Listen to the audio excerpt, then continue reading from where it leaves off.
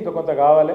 సరే నువ్వు అన్నట్టు సగం జరిగింది సగం జరగలేదు, లేదా చారణ జరిగింది ఇంకా పారణ జరగాలని జరిగేది ఉన్నది.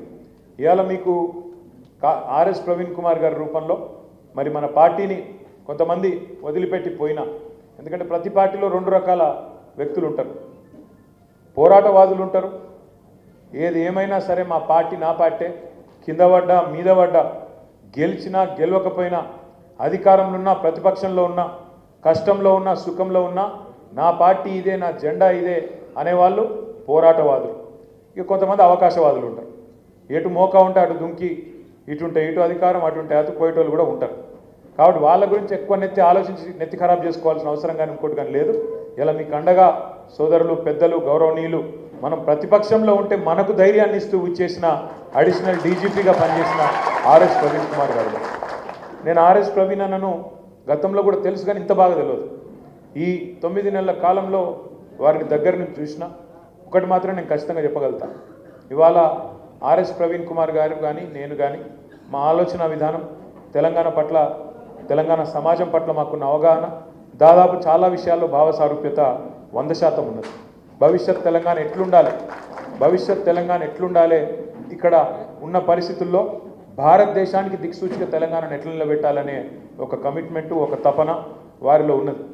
నేను అడిగిన ఆర్ఎస్ ప్రవీణ్ అన్నను మన పార్టీలో చేరే టైంలో, అన్నా మరి అవతల కాంగ్రెస్ వాళ్ళు రేవంత్ రెడ్డి బంపర్ ఆఫర్లు ఇస్తాడు, నిన్ను వస్తే వెంటనే నీకు క్యాబినెట్ ర్యాంక్ ఇస్తా అంటున్నాడు, వస్తే వెంటనే నిన్ను టీఎస్పీఎస్సీ చైర్మన్ చేస్తా అంటున్నాడు, నువ్వు రాగానే అవసరమైతే పార్లమెంట్ టికెట్ ఇస్తా అంటున్నాడు.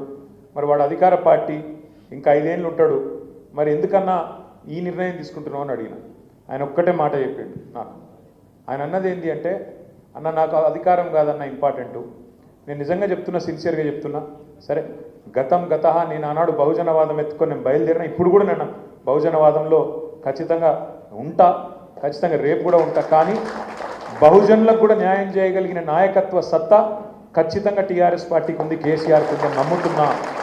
అందుకే నేను వస్తున్నా, అధికార పార్టీ పిలుస్తున్నా, అది వదులుకొని నీ దగ్గరకు వస్తున్నా అంటే నేను వారికి ఇచ్చిన మాట కూడా ఏంటంటే, అన్న నీలాంటి నాయకుడు ఉండాలి, తప్పకుండా నిన్ను చట్టసభలకు పంపే ప్రయత్నం బలంగా పార్టీ చేస్తుందని చెప్పి వారికి నాగర్ కర్నూలు పార్లమెంట్ నుంచి మనం పోటీ చేసినాం, కష్టపడ్డాం, 3,30,000 ఓట్ల దాకా తెచ్చుకున్నాం. సరే నేను అనుకున్నా అన్న గొంతు పార్లమెంట్లో నిలబడితే బ్రహ్మాండంగా ఉంటుంది, ఒక చదువుకున్న మేధావి తెలంగాణకు ప్రాతినిధ్యం వహిస్తే బాగానే ఉంటుంది అనుకున్నాం. మరి అనుకున్న దానికి భిన్నంగా కొంత జరిగింది.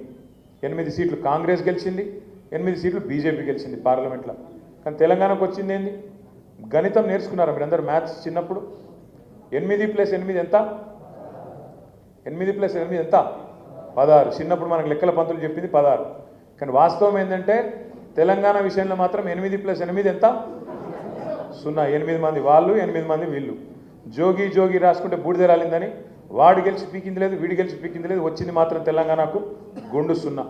అందుకే ఒక కోరిక ఉండే, మన్నంలో ఒక 5-6 రాడు ఉంటే పార్లమెంట్లో మన ఇలా నిన్న పాలమూరు రంగారెడ్డి ఎత్తిపోతల పథకానికి మేము జాతీయ హోదా ఇయ్యం అని చెప్పేసింది కేంద్ర ప్రభుత్వం.